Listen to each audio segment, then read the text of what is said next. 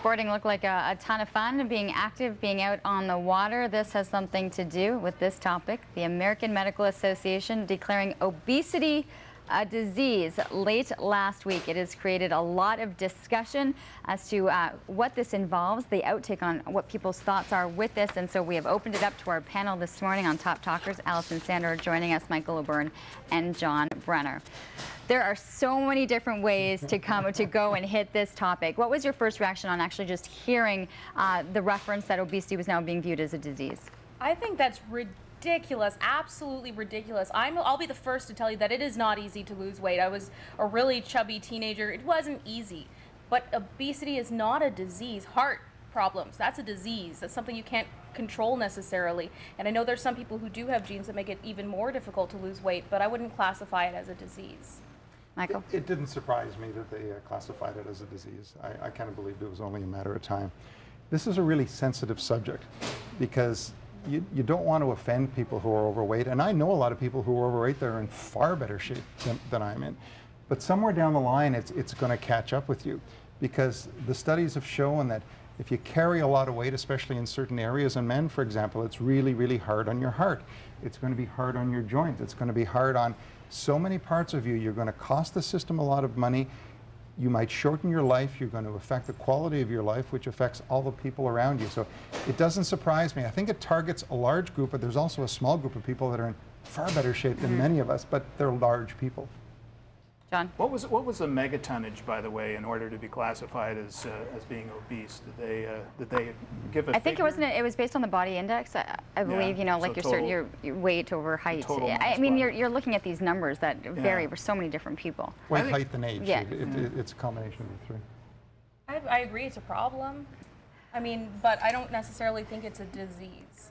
I have an issue with understanding the difference between someone who's living a healthy lifestyle and someone who is not, because I know a lot of people as well who are skinny, you know, who are like, can be classified as skinny fat people who may have an amazing metabolism, but who consume the worst kinds of foods, are inactive and don't do anything, and just by their own genetics are incredibly thin, but are not at all living a healthy lifestyle. And I've seen people doing the Ironman triathlon who I looked at them and went, how are they carrying that weight through a race like this, but who have incredibly, it must be an incredibly strong heart and a great overall health to be able to accomplish something like that. So it varies so differently in terms of how are they going to differentiate, because by just purely looking at someone, that's incredibly unfair.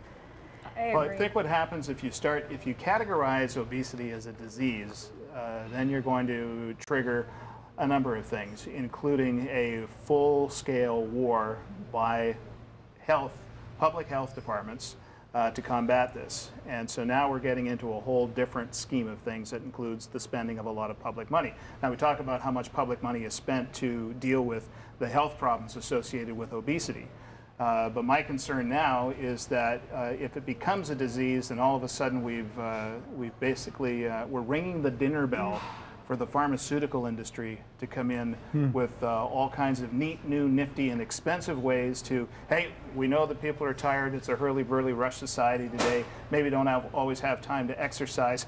We've got it in a pill for you. Here you go. Well, what if that person is saying, I can't do this, I've got a disease, you know, and then view this now as somewhat of an excuse to not be able to do certain things, like to, you know, once you've classified it as having something, do you then just mentally check out, being like, well, I've got a disease, and that just puts me in a different category? That's a good point, and that can lead a lot of people to check out, as you say, and use it as an excuse, use it as a crutch. But the bottom line is people's health, and it's also what you're comfortable with. If you're comfortable carrying the weight that you're in, well, good for you, but somewhere down the line, you're going to pay the price. And this whole thing about body mass index, that's a fascinating subject, because when you think about it, I don't know how old or what size you guys are, but I'm 6 feet, I'm 58 years old, and I weigh 185 pounds. On the body mass index, I'm probably a couple of pounds into being considered obese, because my ideal weight should probably be about 175 or 180 pounds. I sure don't feel obese, but on the BMI, I'm probably just tipping over that scale. I mean, I know you're not a mom yet, but you know, do you see this as a different respect from parents who may be overweight and then are having to look at their child, and then knowing that their child, depending on their food habits and what is being created, could then already at a very young age have their child being classified with a certain disease? Do you think that's going to have an effect on parents, that they might want to change mindset? It may. The thing is that, again, if it's something that they've been battling all their lives, and all of a sudden they have children and they haven't modified what they do, then I just don't know how they're going to break the pattern. Unless, of course, they do, perhaps you make it a family challenge now. So now that you do have the responsibility of making sure you have healthy children, fit children, then you make it a family challenge, and everybody does it together. Because one of the things I found out that, as you can tell, I'm not looking after myself properly. But when I did, and when I was in probably the best shape of my life, I did it in a group. I've tried so many times to do it by myself and failed. But as a group, you know, there are other people around you supporting you, and you're all kind of had this common goal of, you know, trying to lose a few pounds, look a bit better, feel better, and it worked. And I think it probably works for most people. We like to be individuals, but we're very social.